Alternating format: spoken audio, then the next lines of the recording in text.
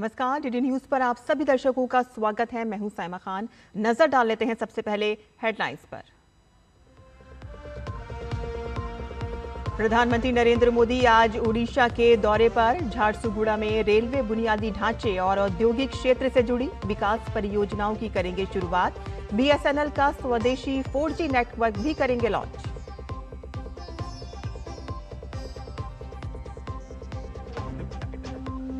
BJP नेता अमित शाह के बिहार दौरे का दूसरा दिन। आज समस्तीपुर और अररिया में कार्यकर्ताओं से चुनावी तैयारियों पर करेंगे चर्चा।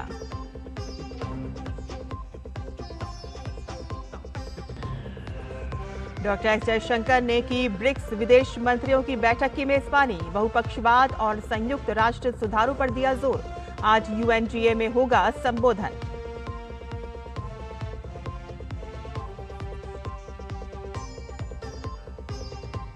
अंडमान सागर में मिला प्राकृतिक गैस का भंडार।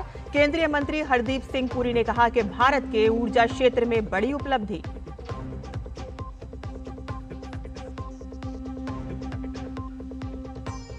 और एशिया कप में टीम इंडिया का विजयी रथ जारी। सुपर 4 के रोमांचक मुकाबले में श्रीलंका को दी मात। अब फाइनल में रविवार को पाकिस्तान से भिड़ेगी टीम इंडिया।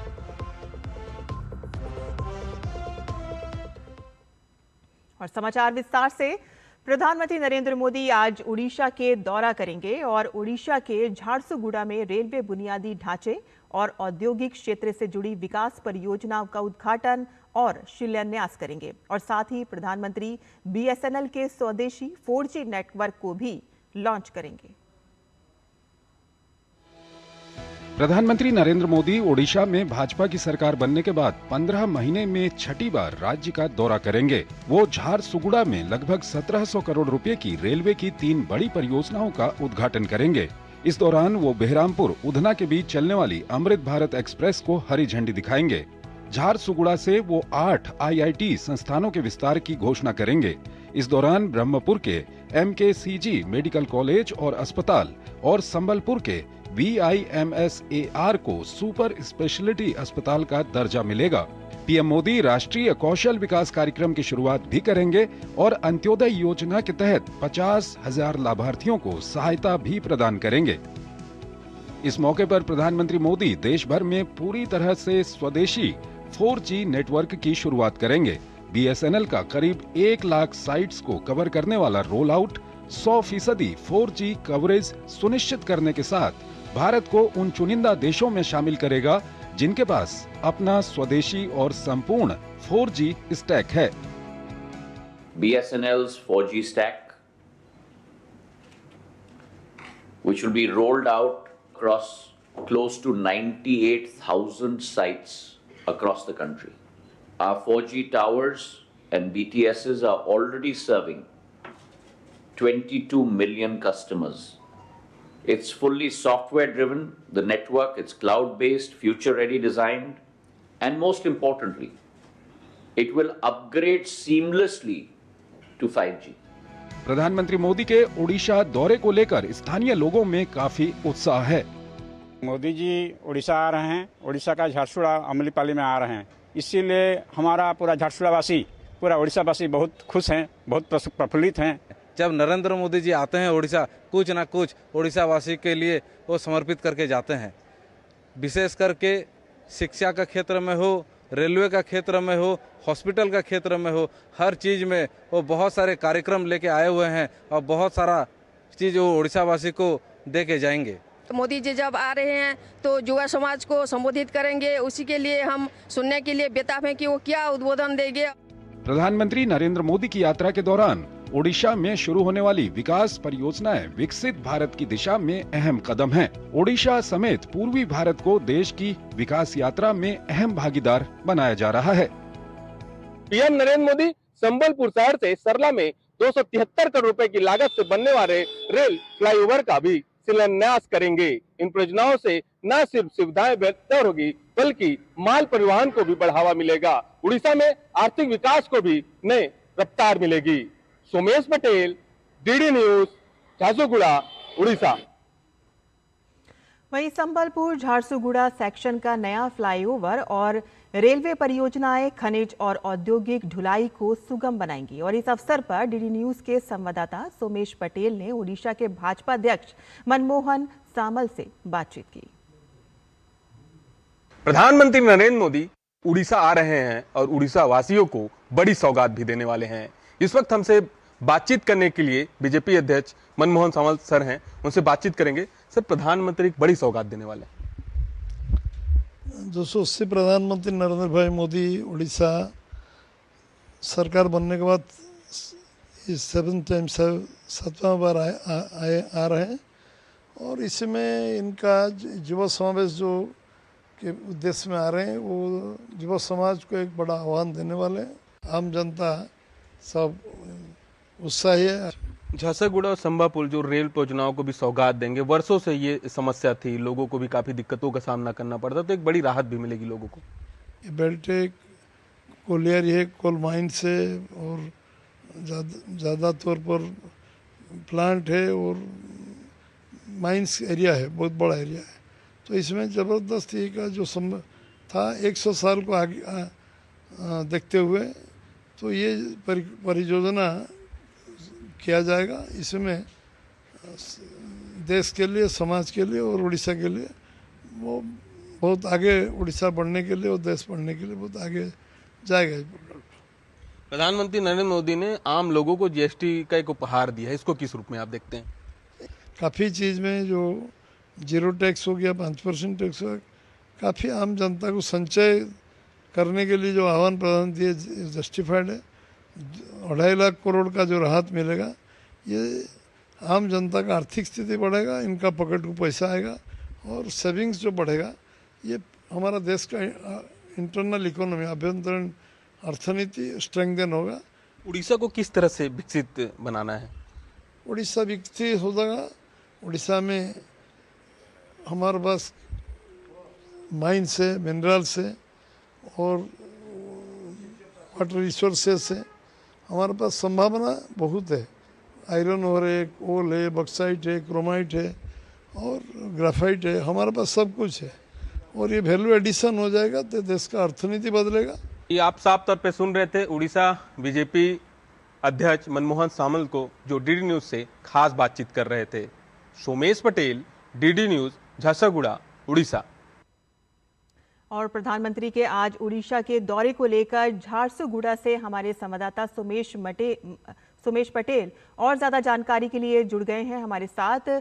सोमेश, आज प्रधानमंत्री उड़ीसा के दौरे पर जा रहे हैं और विकास को उससे जोड़ने के लिए कई योजनाओं की आज शुरुआत होने जा रही है। खास तौर पर रेलवे और टेलीकॉम से जुड़ी परियोजनाएं जो हैं वो खास हैं। रेलवे की 3 योजनाएं हैं और आपने बताया कि किस तरह से वहां पर औद्योगिक क्षेत्र को मजबूती मिलेगी और माल ढुलाई में आसानी होगी।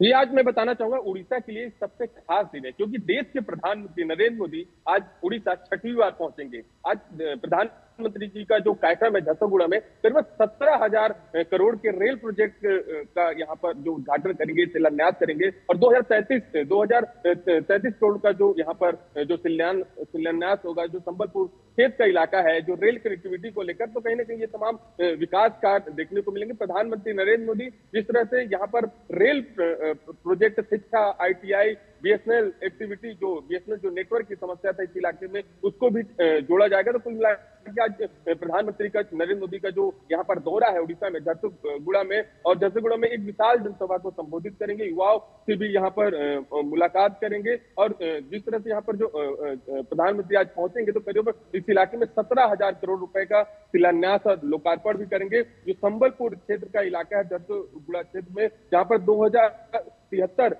करोड़ का जो प्रोजेक्ट है उस इलाके में, जिस तरह से आम लोगों को लंबे समय से वहां पर जो दिक्कतों का सामना करना पड़ता है, वो भी समस्या ये दूर हो जाएगा। तो कुल मिलाकर ये कहा जा सकता है कि प्रधानमंत्री आज उड़ीसा वासियों को एक बड़ी सौगात लेकर आ रहे हैं। जी सुमेश, BSNL के 4G नेटवर्क की इस वक्त शुरुआत होने जा रही है, तो उससे कनेक्टिविटी किस तरह से और ज्यादा मजबूत होगी वहां पर? आज प्रधानमंत्री जब यहाँ पर पहुंचेंगे तो इंटरनेट की कनेक्टिविटी को लेकर यहाँ पर सबसे बड़ा यहाँ पर जो कनेक्टिविटी को जो 4G की जो बात की गई, 4G की शुरुआत की जाएगी और जो दूर दराज इलाके थे, जो उड़ीसा के जो नक्सल प्रभावित इलाके थे, उस इलाके में भी 4G की इंटरनेट कनेक्टिविटी के माध्यम से ये समस्या आम लोगों को भी दूर हो जाएगा। तो आज बीएसएनएल की भी यहाँ पर जो शुरुआत की जाएगी, बीएसएनएल इंटरनेट की जो कनेक्टिविटी थी, जो दूर दराज इलाके में, नक्सल प्रभावित इलाके में जो इंटरनेट लोगों को नहीं मिल जाता था, इस इंटरनेट 4G शुरू होने के बाद ये भी समस्या दूर हो जाएगी। और जिस तरह से आज जो प्रधानमंत्री जब यहाँ पर पहुंचेंगे, प्रधानमंत्री को देखने के लिए, सुनने के लिए, जब हम लोगों से बातचीत कर रहे थे तो लोगों में भी जबरदस्त उत्साह देखने को मिला था। लोगों का साफ तौर पे यही कहना था कि प्रधानमंत्री जी को हम देखने के लिए बेसब्री से इंतजार कर रहे हैं। तो आज प्रधानमंत्री जब यहाँ पर पहुंचेंगे तो उड़ीसा वासियों को करोड़ों रुपए की सौगात देंगे। जिस तरह से मैंने आपको बताया, 17,000 करोड़ रुपए के लोकार्पण और शिलान्यास भी करेंगे। इंटरनेट कनेक्टिविटी है जिसमें शिक्षा का क्षेत्र, चिकित्सा का क्षेत्र, ITI का क्षेत्र है। तो कुल मिला के ये कहा जा सकता है कि प्रधानमंत्री जब उड़ीसा पहुंचेंगे, प्रधानमंत्री का उड़ीसा दौरा 6वीं बार होगा। तो कहीं ना कहीं से आज उड़ीसा वासियों के लिए भी एक खास दिन है। और जो जिस तरह से जो कार्यक्रम होगा, उड़ीसा का झारसुगुड़ा इलाका है, झारसुगुड़ा इलाका में प्रधानमंत्री पहुंचेंगे और यहाँ पर करोड़ों की सौगात उड़ीसा वासियों के लिए आज बहुत ही खास दिन होने जा रहा है। बहुत बहुत धन्यवाद इस तमाम जानकारी के लिए। और आगे बढ़ते हैं और अभी एक ब्रेकिंग न्यूज आ रही है, जहां पाकिस्तान पीएम के बयान पर भारत का करारा जवाब आया है।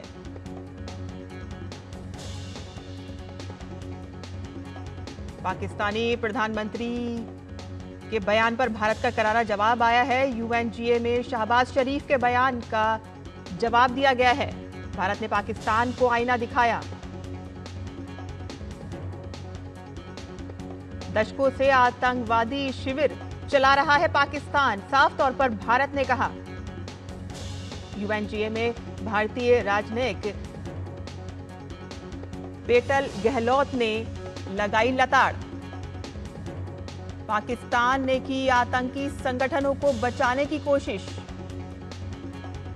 UNGA में पाकिस्तानी पीएम के बयान पर भारत का पलटवार, आईना दिखाते हुए साफ तौर पर कहा कि किस तरह से पाकिस्तान जो है आतंकवाद के शिविर चला रहा है।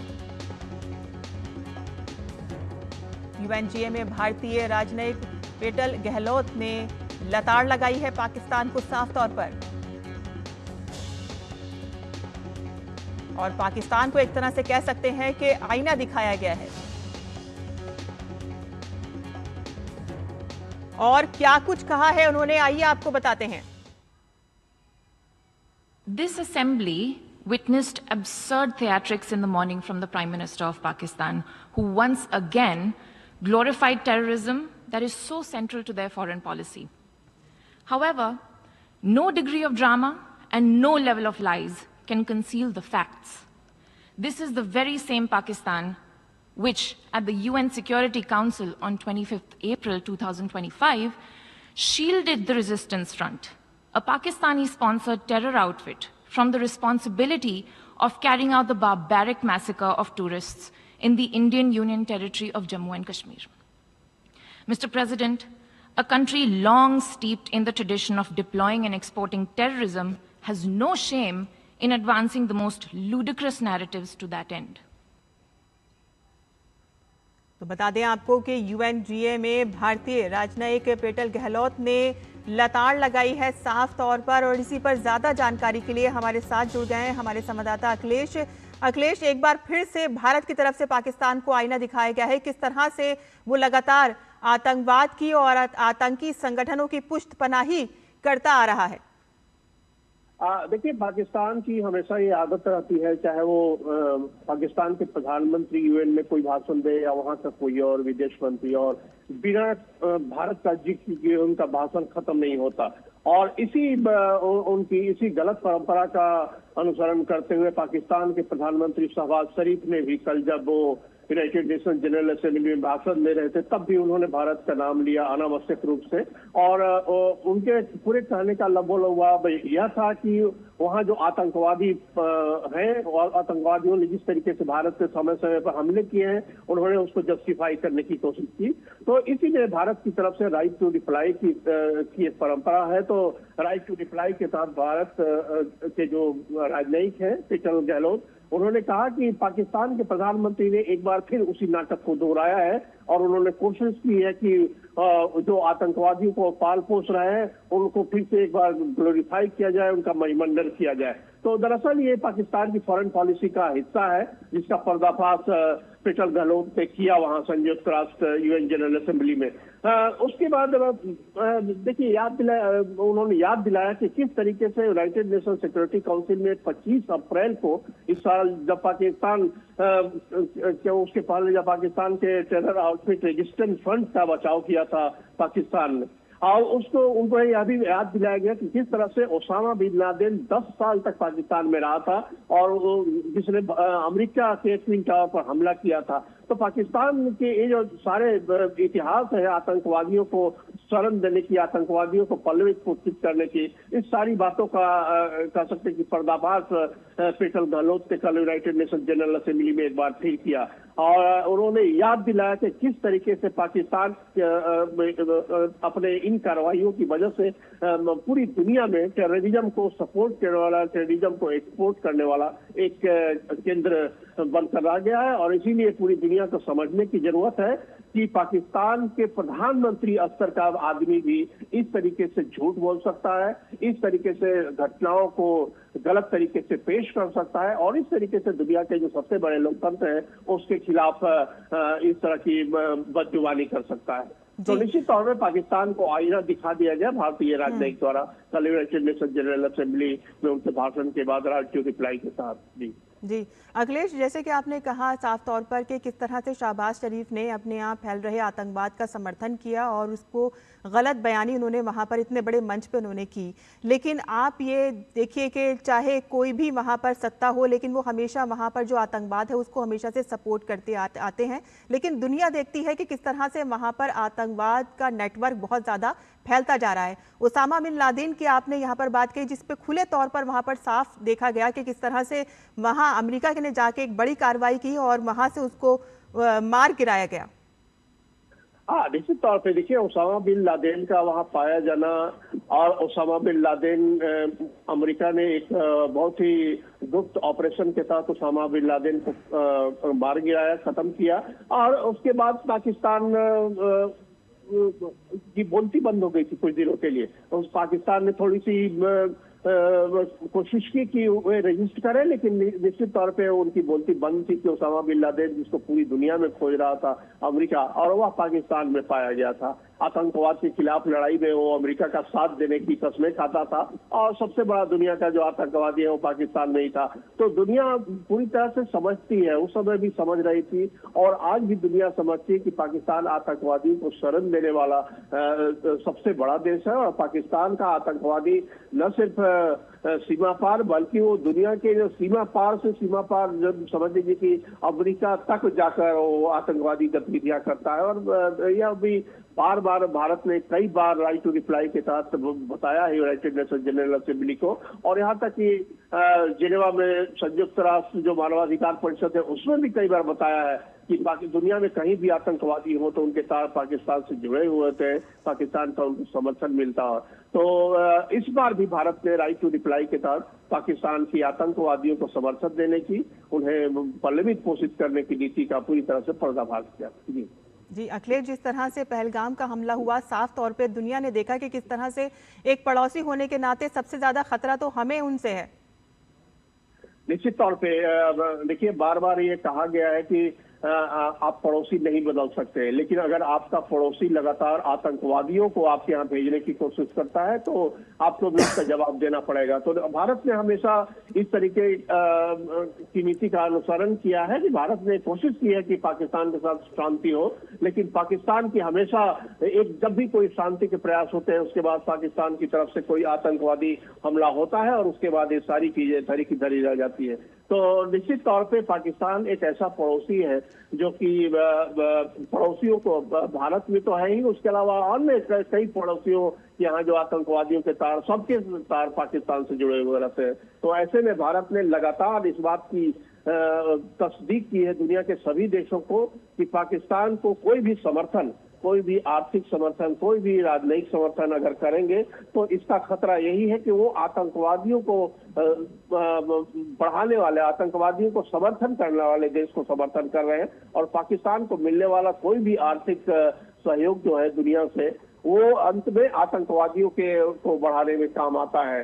तो निश्चित तौर पे पूरी दुनिया को सचेत होना चाहिए कि पाकिस्तान को जो भी आर्थिक सहयोग देते हैं वो पाकिस्तान की सेना के माध्यम से आतंकवादियों तक पहुंचता है। और यहाँ तक कि अभी जब पाकिस्तान में बाढ़ आई थी, उस समय पाया गया कि जो उन्हें मदद मिली बाहर से, उस मदद को भी डाइवर्ट कर दिया गया आतंकवादियों को। और जिस ढांचे को भारत ने नष्ट किया था ऑपरेशन सिंदूर के तहत, उस ढांचे को पुनः खड़ा करने में पाकिस्तान के आतंकवादियों को उसके लिए मदद दी गई और आज वे फिर से खड़ा कर रहे हैं। तो निश्चित तौर पे कह सकते हैं कि पूरी दुनिया के लिए लगातार ये चेतने की जरूरत है कि पाकिस्तान का कोई भी समर्थन वो आतंकवाद का समर्थन होता है, आतंकवादियों का समर्थन होता है। और आतंकवादियों को समर्थन करने वाले वहाँ के सेना तंत्र और वहाँ की राजनीतिक सत्ता का समर्थन होता है। यह पूरी दुनिया को निश्चित तौर पर यह चेतने की जरूरत है और इस बात को समझने की जरूरत है। जी अखिलेश, बहुत बहुत धन्यवाद इस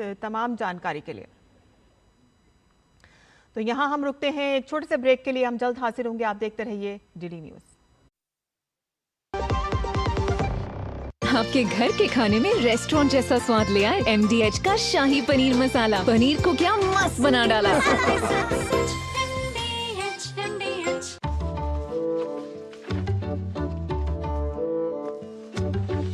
रुक जाओ, ये क्या है? असली नोट? ब्रो, ये फटा है। सुन, कते फटे या पुराने नोट को बैंक ब्रांच में एक्सचेंज कर सकते हैं। वाओ, नया नोट मिलेगा? हाँ, जिससे तू हमें पिज्जा पार्टी देगा। RBI कहता है स्मार्ट बनो, कूल रहो। लाल रंग इसका अपार, तीखा कम है फिर भी स्वाद। बेमिसाल बेमिसाल MDH Kashmiri. MDH Kashmiri. MDH। और ब्रेक के बाद आपका फिर से स्वागत है। भारत संचार निगम लिमिटेड BSNL आज से असम सहित पूरे देश में अपना स्वदेशी 4G नेटवर्क शुरू करेगा। BSNL असम टेलीकॉम सर्कल के मुख्य महाप्रबंधक अशोक कुमार झा ने कहा है कि ये नेटवर्क असम में लगभग 29 लाख ग्राहकों को कवर करेगा और असम में आधिकारिक लॉन्च गुवाहाटी के श्रीमंत शंकर देव कला क्षेत्र में होगा, जहां केंद्रीय मंत्री ज्योतिरादित्य सिंधिया इस सेवा का औपचारिक उद्घाटन करेंगे।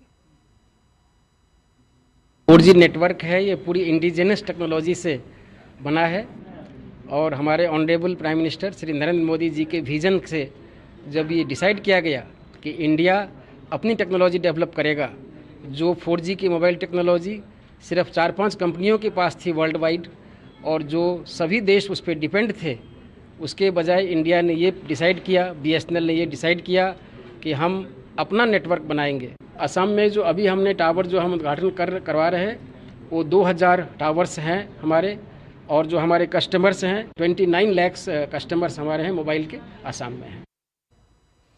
और अब बात डीडी न्यूज की खास सीरीज जन जन के प्रधानमंत्री की, जिसमें डीडी न्यूज ने प्रधानमंत्री नरेंद्र मोदी के सशक्त और दूरदर्शी नेतृत्व में पिछले 11 सालों से चलाए जा रहे विभिन्न जन कल्याणकारी और लोकप्रिय योजनाओं का गहन विश्लेषण किया और उन योजनाओं का लेखा जोखा आपके सामने लेकर आया है। और इसी कड़ी में आज बात देश के सांस्कृतिक गौरव गाथा की, जो सरहदों को लांघता हुआ पूरी दुनिया में भारत की सांस्कृतिक विरासत को स्थापित कर रहा है। और इसका श्रेय जाता है प्रधानमंत्री नरेंद्र मोदी को, जिन्होंने विरासत से विकास का मंत्र दिया और जिसके तहत न सिर्फ देश भर के ऐतिहासिक धरोहरों का कायाकल्प हुआ है, बल्कि भारत की सांस्कृतिक शक्ति और पर्यटन क्षमता से पूरी दुनिया का परिचय करा रहा है।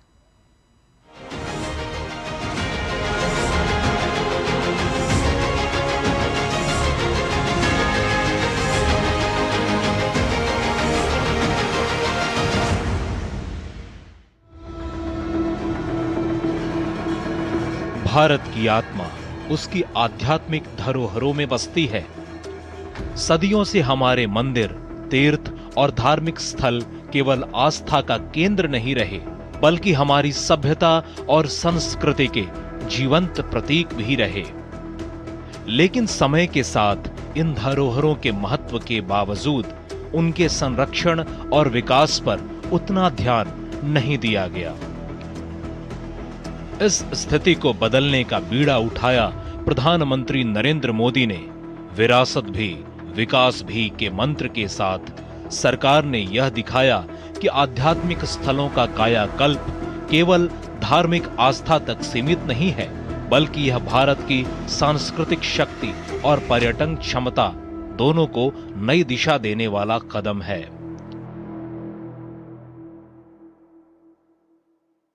वाराणसी का काशी विश्वनाथ धाम इसका सबसे बड़ा उदाहरण है। कभी जहां सकरी गलियों और अव्यवस्था के कारण श्रद्धालुओं को कठिनाई हुआ करती थी, वहीं आज गंगा घाटों से लेकर मंदिर परिसर तक एक भव्य कॉरिडोर बन चुका है। यहां आने वाला हर यात्री सिर्फ भगवान शिव की भक्ति ही नहीं, बल्कि भारत की नई पहचान का भी अनुभव करता है।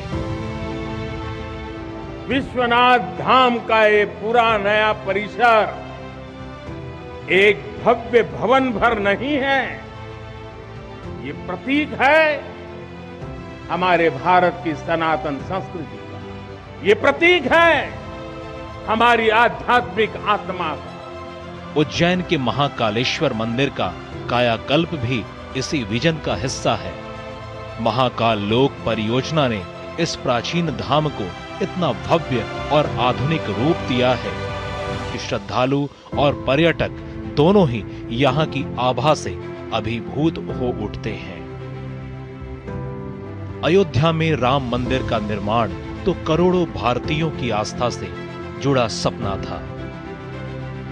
जनवरी 2024 में जब रामलला अपने भव्य मंदिर में विराजमान हुए, तो यह केवल उद्घाटन नहीं था, यह भारत के सांस्कृतिक पुनर्जागरण की ऐतिहासिक घड़ी थी। ये भव्य राम मंदिर साक्षी बनेगा भारत के उत्कर्ष का, भारत के उदय का। ये भव्य राम मंदिर साक्षी बनेगा भव्य भारत के अभ्युदय का, विकसित भारत का। इतना ही नहीं, उत्तराखंड के केदारनाथ धाम, गुजरात के सोमनाथ मंदिर, यूपी के विंध्याचल धाम और असम के कामाख्या धाम जैसे अनेक पवित्र स्थलों पर भी व्यापक पुनर्विकास और जीर्णोद्धार कार्य किए गए हैं। इन पहलों ने न केवल धार्मिक अनुभव को बेहतर बनाया, बल्कि पर्यटन को भी नई गति दी। सरकार ने यह भी सुनिश्चित किया कि श्रद्धालुओं की यात्रा सुरक्षित और सुगम बने। चार धाम महामार्ग परियोजना के अंतर्गत 825 किलोमीटर में से 616 किलोमीटर का काम पूरा हो चुका है। वहीं हेमकुंड साहिब के लिए 2730 करोड़ रुपए की लागत से 12 किलोमीटर लंबा रोपवे बन रहा है, जिससे अब कठिन यात्राएं भी सुविधाजनक होंगी। इसके साथ ही बौद्ध सर्किट और करतारपुर कॉरिडोर जैसी परियोजनाओं ने भारत की धार्मिक विविधता को भी एक सूत्र में पिरोया है। पीएम मोदी की अगुवाई में भारत की सांस्कृतिक एकता का भी अभूतपूर्व उत्सव मनाया गया है। वाराणसी में आयोजित काशी तमिल संगमम ने उत्तर और दक्षिण भारत के बीच एक मजबूत सांस्कृतिक सेतु का निर्माण किया। काशी तमिल संगमम अपने आप में विशेष है, अद्वितीय है। महाकुंभ 2025 में रिकॉर्ड 66 करोड़ श्रद्धालुओं की भागीदारी ने दुनिया को भारतीय एकता का अप्रतिम उदाहरण दिखाया। यानी साफ है, भारत की सांस्कृतिक नीति अब केवल अतीत के गौरव की कहानी नहीं, बल्कि भविष्य का मार्गदर्शन भी बन चुकी है। विरासत भी विकास भी अब एक नारा नहीं, बल्कि एक राष्ट्रीय दृष्टिकोण है, जहां अतीत की धरोहरें और आधुनिक भारत की आकांक्षाएं एक साथ कदम से कदम मिलाकर चल रही हैं। और कभी विकास से कोसों दूर रहने वाले गांव की तस्वीर प्रधानमंत्री नरेंद्र मोदी के 11 साल के शासन में पूरी तरह से बदल गई है। और कैसे बदल रही है गांव की सूरत, देखिए हमारी खास पेशकश मेरा गांव आज।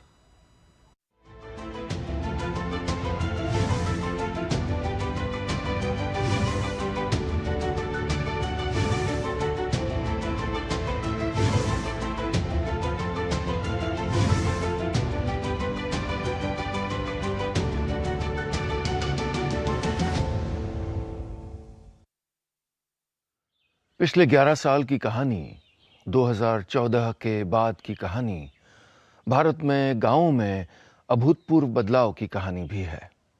चाहे पानी के मुद्दे हों या सड़कें हों या खेती या जीविका, हर क्षेत्र बदलाव के नए नए असर देख रहा है। और डिजिटल क्रांति के आने के बाद तो इसका असर अलग अलग तरीके से गांव के लोगों तक पहुंच रहा है। चाहे ऑनलाइन पेमेंट्स हों या ट्रांजैक्शंस, चीज़ों को खरीदने की ताकत, या मंडी के दाम देखने हों या यात्रा की बुकिंग करवानी हो, न जाने कितनी असंख्य संभावनाएं गांव के लोगों के लिए खुल गई हैं जो पहले कभी नहीं थीं। आइए हम भारत के कई गांवों के सरपंचों से ही सुनते हैं बदलाव की ये कहानी।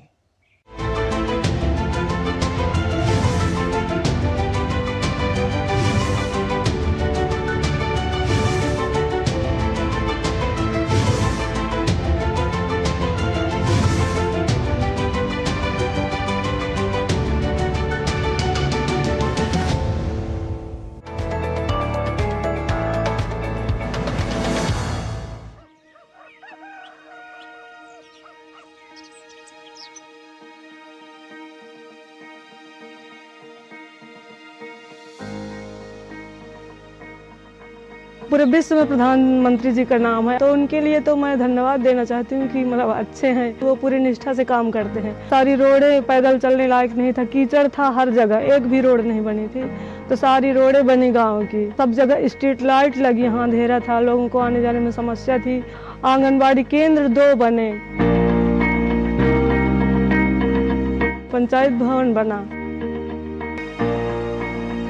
हमारे गाँव में गौशाला बना, हमारी सरकार ने बढ़िया व्यवस्था किया। इतना जानवर है, सब हम देखभाल करते हैं, किसानों को नुकसान नहीं होता और जितने हैं वो सेवा में रहते हैं। ये सब सिस्टम जो जितने सरकार ने मतलब दिया, ये सब वो सब बढ़िया काम करा रहे हैं। बंद केबल पूरे गांव में बिछ गई है, जगह जगह घर घर खंभा हो गया है और 2-2, 3-3 ट्रांसफार्मर गांव में लग गए, जिससे लाइट की भी बहुत सुविधा हो गई। 18-20 घंटे हमारे गांव में लाइट भी रहती है। इससे हमारा 3 गांवों में पानी जाता है। गांव में इसी के वजह से साफ पानी आज पहुंच पा रहा है। प्रधानमंत्री जी ने बहुत अच्छा काम किया। ये हर घर जल योजना का काम बहुत अच्छा हुआ है और हम लोग को स्वच्छ पानी मिलता है।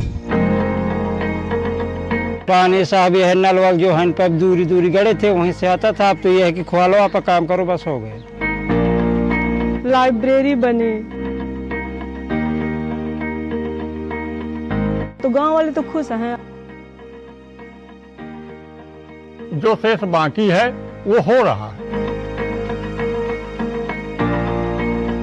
इतने सारे काम हुए, नहीं तो कहाँ होते थे, एक भी काम मंजूर ही नहीं होते थे।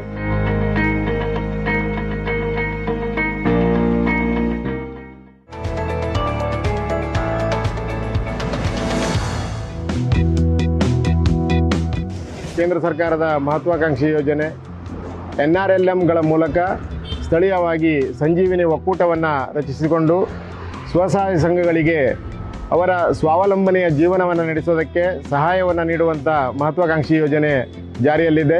ಈ ಭಾಗದ ನೂರಾರು ಸಂಘಗಳ ಮೂಲಕ ಮಹಿಳೆಯರು ತಮ್ಮ ಸ್ವಾವಲಂಬಿ ಜೀವನವನ್ನು ನಡೆಸ್ತಾ ಇದ್ದಾರೆ। ಈ ಒಂದು ಕಾರ್ಯಕ್ಕೂ ಸಹ ಮೋದಿಜಿಯವರ ಕೇಂದ್ರ ಸರ್ಕಾರ ಸಹಕಾರಿಯಾಗಿ ನಿಂತಿದೆ। ನಮ್ಮದು ಹಳೆ ಮನೆ ಇದ್ದಿತ್ತು, ಆಮೇಲೆ ಪ್ರಧಾನಮಂತ್ರಿ ಆವಾಸ್ ಯೋಜನೆ ಮನೆಯನ್ನು ನಮಗೆ ನೀಡಲಾಗಿದೆ। ಸ್ಯಾಂಕ್ಷನ್ 1,20,000 ಸ್ಯಾಂಕ್ಷನ್ ಮಾಡ್ಯಾರೆ, ಈಗ ಒಂದು ಕಂತು 30,000 ಕೊಟ್ಟಿದ್ದಾರೆ।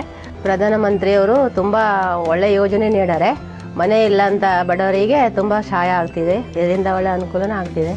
ನಂದು ಕೊಟ್ಟಿಗೆ ಜೂನ್ನಲ್ಲಿ ಬಿದ್ದೋಗ್ಬಿಡ್ತು, ಹಿಂದಿನ ಜೂನ್ನಲ್ಲಿ।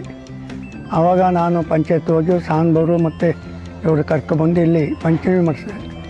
ಗ್ರಾಮ ಯೋಜನೆಯಿಂದ ನಮಗೆ ಈ ಸವಲತ್ತನ್ನು ಪ್ರಧಾನಮಂತ್ರಿಯವರು ಇದರಿಂದ ನಮಗೆ ಕೊಟ್ಟರು, ತುಂಬ ಒಳ್ಳೆಯದಾಯ್ತು ನಮಗೆ। JJM ಜಲ್ ಜೀವನ್ ಮಿಷನ್ ಈ ಮೂಲಕ ಯಾರು ಕುಡಿಯುವ ನೀರಿನ ಸಮಸ್ಯೆಯಿಂದ ವರ್ಷಾನುಗಟ್ಟಲೆಯಿಂದ ಬಳಲ್ತಾ ಇದ್ದರು. ಅಂಥವರಿಗೆ ಕುಡಿಯುವ ನೀರನ್ನು ಮನೆ ಬಾಗಿಲಿಗೆ ತಲುಪಿಸುವಂಥ ಮಹತ್ವಾಕಾಂಕ್ಷಿ ಯೋಜನೆಯ ಮೂಲಕ ಸಾರ್ವಜನಿಕರ ಕಷ್ಟಕ್ಕೆ ನೆರವಾಗಿದ್ದಾರೆ. ಸಂಜೀವಿನಿ ಒಕ್ಕೂಟದಿಂದ ಸಾಲ ತೆಗೆದಿದ್ದೇನೆ. ಸಾಲ ತೆಗೆದುಕೊಂಡು ನಾನು ಒಂದು ಅಂಗಡಿ ಮಾಡಿದ್ದೇನೆ. 6 ಜನ ಮಹಿಳೆಯರಿಗೆ ನಾನು ಉದ್ಯೋಗ ಕೊಟ್ಟಿದ್ದೇನೆ. ಇದರಿಂದಾಗಿ ಮಹಿಳೆಯರಿಗೆ ಸ್ವಂತ ಉದ್ಯೋಗಕ್ಕಾಗಿ ಒಳ್ಳೆ ಅವಕಾಶ ಸಿಕ್ಕಿದೆ. ಈ ಬ್ರೇಕ್ ವಾಟರ್ ಯೋಜನೆ ಏನಿಲ್ಲಿ ಬಂತು, ಇದು ಮೀನುಗಾರರ ಜೀವನಕ್ಕೆ, ನಮ್ಮ ಅಳವೆಕೋಡಿ ತೆಂಗಿನಗುಂಡಿಯವರಿಗೆ ಇದೊಂದು ವರದಾನವಾಗಿದೆ. ಮಹಾತ್ಮ ಗಾಂಧಿ ನರೇಗಾ ಯೋಜನೆ ಅಡಿಯಲ್ಲಿ ಗಂಡು ಮತ್ತು ಹೆಣ್ಣು ಮಕ್ಕಳಿಗೆ ಶೌಚಾಲಯವನ್ನು ನಿರ್ಮಿಸಿಕೊಟ್ಟಿದ್ದಾರೆ.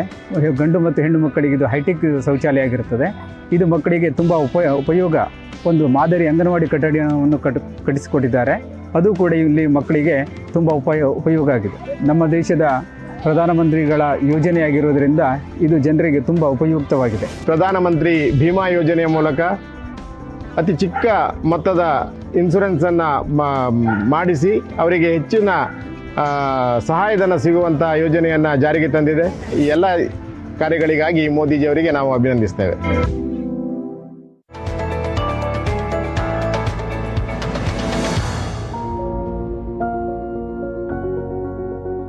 मेरा नाम रेशमा बिंडे है, ग्राम पंचायत घोंघसा सरपंच हूँ.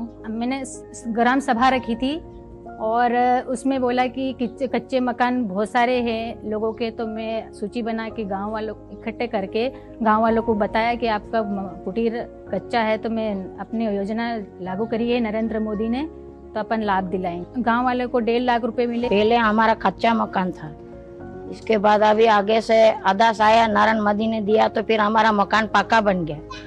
इसके बाद हमारा पानी पीने से भी बहुत परेशानी थी, तो फिर हेल्पम्प भी बन गया. इसके बाद हमारा वो कुएं भी नहीं थे तो कुएं भी बन गया.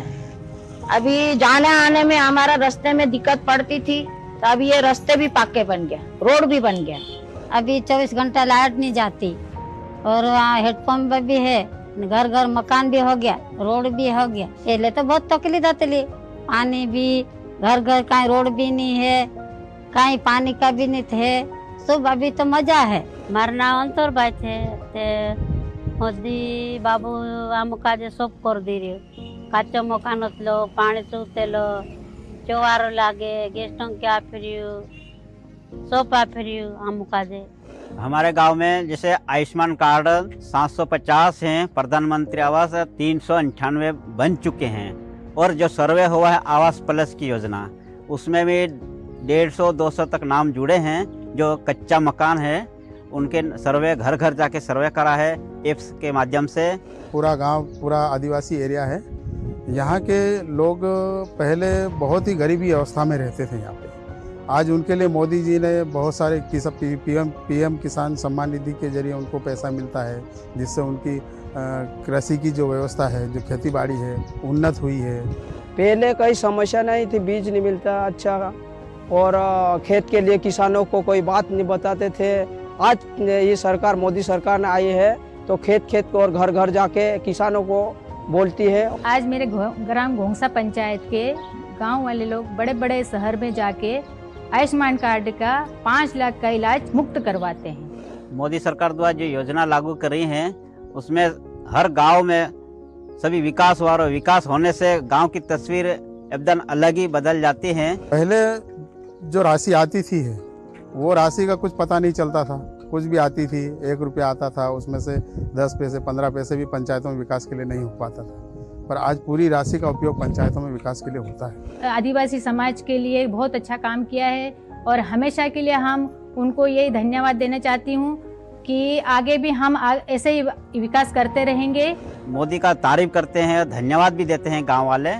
हम जब जाते हैं गांव में, फलियों में जाते हैं, तो बोलते हैं मोदी सरकार बहुत ही अच्छा काम कर रही है.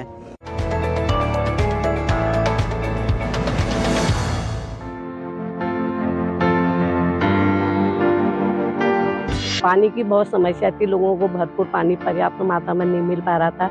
इसके लिए हमने जल जीवन मिशन से जो योजना आई, इसमें हर व्यक्ति तक घर घर पर पानी पहुंचाया. आदरणीय नरेंद्र मोदी जी के जो सड़क योजना है उसके द्वारा हमारे एक ग्राम सभा से दूसरे गांव को जोड़ा गया. इस तरह के हमारे यहाँ लगभग 2 से 3 एक दूसरे गांव को जोड़ने वाली सड़कों का निर्माण हुआ है, जो प्रधानमंत्री सड़क योजना द्वारा बनी है.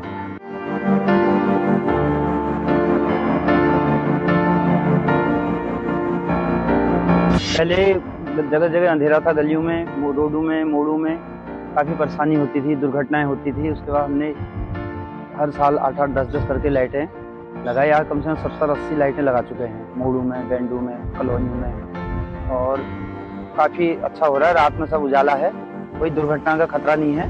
केंद्र सरकार की बहुत सारी यहाँ पे योजनाएं चल रही हैं, प्रधानमंत्री जी की बहुत सारी योजनाएं यहाँ चल रही हैं। यहाँ पे हमारा जो गांव है एक तो जैविक खेती के लिए चिन्हित है, यहाँ पे जैविक क्रियाएं हो रही हैं, और साथ साथ यहाँ पे ड्रोन दीदी परियोजना के तहत ड्रोन भी हमको मिला हुआ है, और FPO किसान संगठन जो है ये भी यहाँ पे बनाया गया है, और साथ साथ 600 मेंबर्स जुड़ चुके हैं उसमें, और काफ़ी केंद्र की सरकार और राज्य सरकारें बहुत सारी यहाँ पे काम कर रही हैं। हमारे यहाँ फत्ताबंगर में 2 राजस्व ग्राम हैं, फत्ताबंगर और हिम्मतपुर मोटा हल्दू। तो दोनों गाँवों में सीसी मार्ग, पेयजल टैंक और मन पशु सेट और पेयजल लाइनों का अच्छा काम, हर क्षेत्र में मतलब अच्छा काम हुआ है दोनों गाँवों में। आज मतलब सड़क की दिक्कत नहीं है, और पानी की समस्या नहीं है, शौचालय की दिक्कत नहीं है, पशु सेट बने हुए मनरेगा से, पेयजल टैंक मनरेगा से बने हैं। तो बहुत अच्छा काम हुआ केंद्र सरकार के। मैंने पंचायत के द्वारा अपने पंचायत में रोडें हैं, गूल बनवाई हैं, सड़कें बनाई हैं, और बर्मी कंपोस्ट मनरेगा से लोगों के लिए गौशाला बनवाई हैं।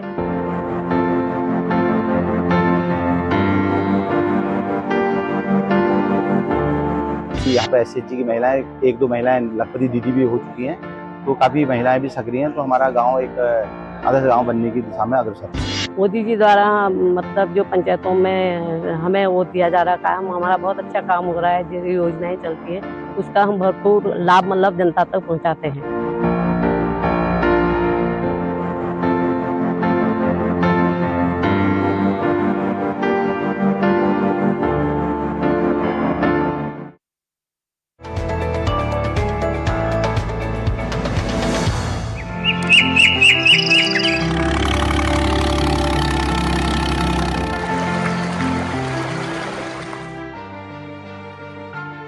मेरे ग्राम पंचायत में सबसे पहले तो विद्यालयों का कायाकल्प हुआ है, पंचायत भवन का कायाकल्प हुआ है, और सरकारी राशन की दुकान अन्नपूर्णा भवन बनाई गई है। नाली, खड़ंजा, interlocking, MCC road, street light, solar light, इसके लिए मैं देश के यशस्वी प्रधानमंत्री जी को बहुत बहुत आभार प्रकट करता हूँ। स्वच्छ भारत मिशन पे काम किया, सरकार की जो मंशा थी। तीसरे पे आंगनबाड़ी है, और विद्यालय, प्राथमिक विद्यालय हैं, और अन्नपूर्णा भवन है, इंटरलॉकिंग है, अंडरग्राउंड नालियां हैं। धरातल पर सरकार की मंशा के अनुरूप कार्य करने का काम किया गया। CSC खुलने के पहले से ग्राम पंचायत वासियों को बाहर जाना पड़ता था। वहाँ जो सुविधाएं हैं यहाँ 30 रुपये में हो रही हैं, बाकी सारी सुविधाएं वहाँ 80 रुपये, 100 रुपये मतलब ऐसे लेते थे। यहाँ आदमियों को सुविधा जल्दी मिल जाती है और कम पैसों में मिल जाती है। बहुत ही बदलाव है। पहले न तो खड़ंजा थे हमारे यहाँ, न नालियाँ थी, न इंटरलॉकिंग थी। अब नालियाँ भी हो गई हैं, इंटरलॉकिंग भी लग गई, खड़ंजे भी लग गए। 4-5 साल पहले पावर हाउस हमारे यहाँ बना, जिससे हम लोगों को बिजली की भी समस्याएं काफ़ी दूर हुई, और इतनी दूर हुई कि अब काफ़ी लोग खुशहाल हैं बिजली को लेकर के। मैं देश के यशस्वी प्रधानमंत्री, परम सम्मानित, परम आदरणीय नरेंद्र मोदी जी को धन्यवाद देता हूं। धरातल पर पूर्ण रूप से रखने वाले सम्मानित आदरणीय योगी मुख्यमंत्री जी को, सरकार की मंशा के अनुरूप हमारे यहाँ के ग्राम प्रधान ने कार्य किया। मुख्यमंत्री पुरस्कार से जो मुझे पुरस्कार मिला था, उससे 6 दुकानें ग्राम पंचायत आय के लिए बनवाई जा रही हैं। कि हमारे यहाँ 100 बेड का अस्पताल पास हुआ है, जो शासन से धन अवमुक्त होने पर उसका निर्माण कार्य कराया जाएगा। मेरे द्वारा जमीन का प्रस्ताव करके शासन को भेजा भी गया है। इसके लिए मैं देश के यशस्वी प्रधानमंत्री जी को बहुत बहुत आभार प्रकट करता हूँ।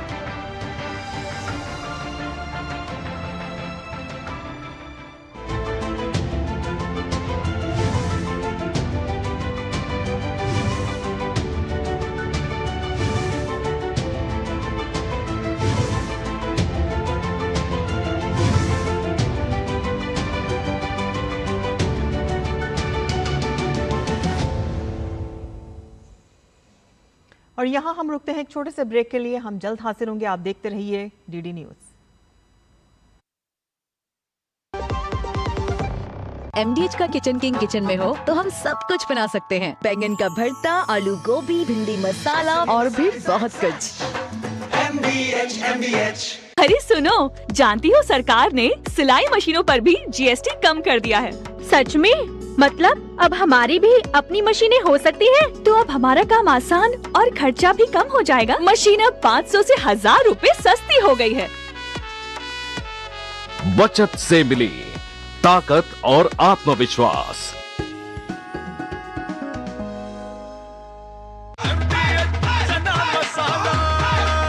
अब छोलिया हो या लोबिया, सफेद चने या काले चने, सब कुछ मजेदार बने। और ब्रेक के बाद आपका फिर से स्वागत है। बिहार में विधानसभा चुनाव की सरगर्मियां तेज हो गई हैं। सत्ता पक्ष और विपक्ष दोनों के दिग्गज नेता चुनावी रणनीति को धार देने के लिए मैदान में उतर रहे हैं। चुनाव प्रचार प्रसार के लिए सभी पार्टियों ने अपनी पूरी ताकत झोंक दी है। भाजपा के वरिष्ठ नेता और केंद्रीय गृह मंत्री अमित शाह के बिहार दौरे का आज दूसरा दिन है। अमित शाह समस्तीपुर और अररिया में भाजपा नेताओं और कार्यकर्ताओं के साथ बैठक करेंगे। ये बैठक आगामी विधानसभा चुनाव की तैयारियों, संगठन को मजबूत करने और उम्मीदवारों के चयन सहित गहन चुनावी रणनीति पर केंद्रित होगी। और इसके अलावा अमित शाह सहरसा, पूर्णिया और भागलपुर मंडल स्तरीय कार्यकर्ताओं के सम्मेलन में भी शामिल होंगे। तो वहीं कल उन्होंने चंपारण और सारण क्षेत्र के भाजपा कार्यकर्ताओं के साथ चुनाव के संबंध में बैठक कर आवश्यक निर्देश दिए। अंडमान सागर में ऊर्जा की अपार संभावनाओं का नया अध्याय जुड़ा है। अंडमान द्वीप समूह के पूर्वी तट से लगभग 17 किलोमीटर दूर श्री विजयपुरम 2 कुएं में प्राकृतिक गैस का भंडार मिला है। ये खोज 295 मीटर पानी की गहराई और 2650 मीटर लक्ष्य गहराई पर की गई है। जैसे कि नमूनों के परीक्षण में 87% मीथेन की पुष्टि हुई है। विशेषज्ञों का मानना है कि गैस भंडार का आकार और इसकी वाणिज्यिक उपयोगिता आने वाले महीनों में स्पष्ट होगी। लेकिन अंडमान बेसिन में हाइड्रोकार्बन की मौजूदगी ने इस विश्वास को मजबूत किया है कि ये क्षेत्र प्राकृतिक गैस से समृद्ध है। और जैसा कि म्यांमार से इंडोनेशिया तक इस पूरी पट्टी में पहले भी खोज की गई है।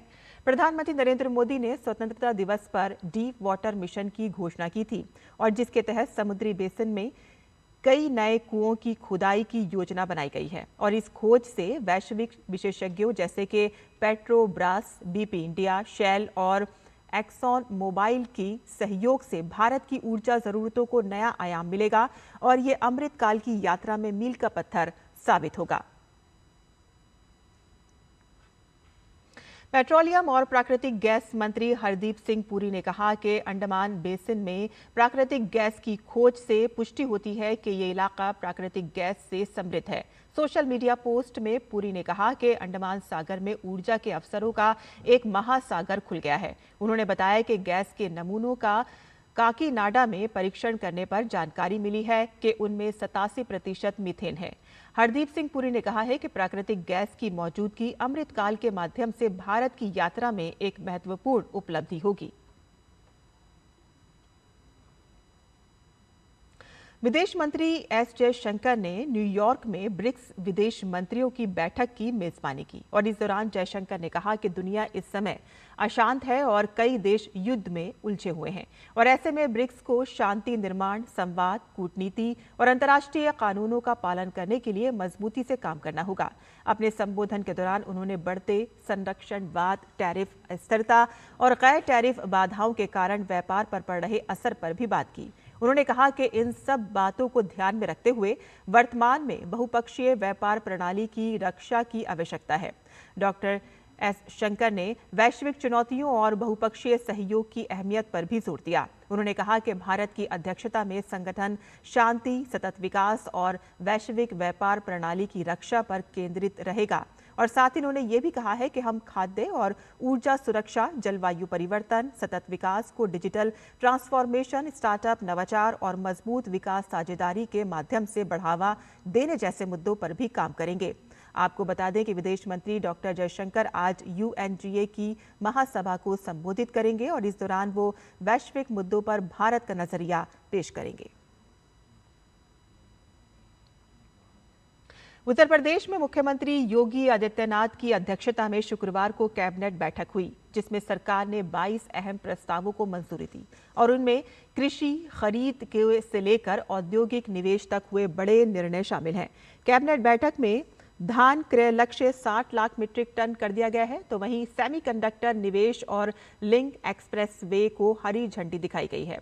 यूपी सरकार उज्ज्वला योजना के तहत 1.86 करोड़ परिवारों को होली दीपावली पर 2 मुफ्त सिलेंडर देगी और इसके अलावा आगरा लखनऊ से गंगा एक्सप्रेस वे तक 90 किलोमीटर का नया लिंक एक्सप्रेस वे को स्वीकृति दी गई है, जिसकी कुल लागत 7,488 करोड़ रुपए है और साथ ही 3 नई निजी यूनिवर्सिटी को अनुमति दी गई है, जिसके बाद यूपी में अब कुल 50 निजी विश्वविद्यालय हो जाएंगे। बैठक में फैसला लिया गया है कि छात्रवृत्ति के लिए डीबीटी से भेजे गए 647 करोड़ रुपए जाएंगे, जिससे एससी, एसटी, ओबीसी, माइनॉरिटी के 4 लाख से अधिक छात्र लाभान्वित होंगे और सभी प्रस्तावों को सर्वसम्मति से मंजूरी मिली है, जो राज्य के आर्थिक, कृषि, शिक्षा, स्वास्थ्य और बुनियादी ढांचे के क्षेत्रों में नई दिशा प्रदान करेंगे।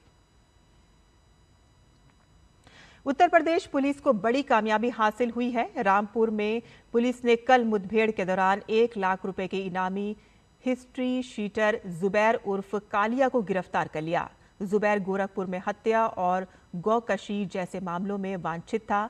थानागंज के चाकू चौक के पास हुई मुठभेड़ में जुबैर गोली लगने से घायल हो गया और उसे उपचार के लिए जिला चिकित्सालय रामपुर भेजा गया और इस दौरान उप निरीक्षक राहुल जादौन और सिपाही संदीप कुमार भी जख्मी हो गए। पुलिस के अनुसार जुबैर पर रामपुर, गोरखपुर, बलरामपुर और गोंडा में दर्जनों आपराधिक मामले दर्ज हैं। फिलहाल क्षेत्र में शांति और कानून व्यवस्था सामान्य है। और आज शारदीय नवरात्रि का 5वां दिन है और ऐसे में झंडेवाला देवी मंदिर की रौनक देखते ही बन रही है। मंदिर में माता की आरती की गई और साथ ही छतरपुर के श्री आद्या कात्यायनी शक्तिपीठ मंदिर में भी माता की आरती की गई।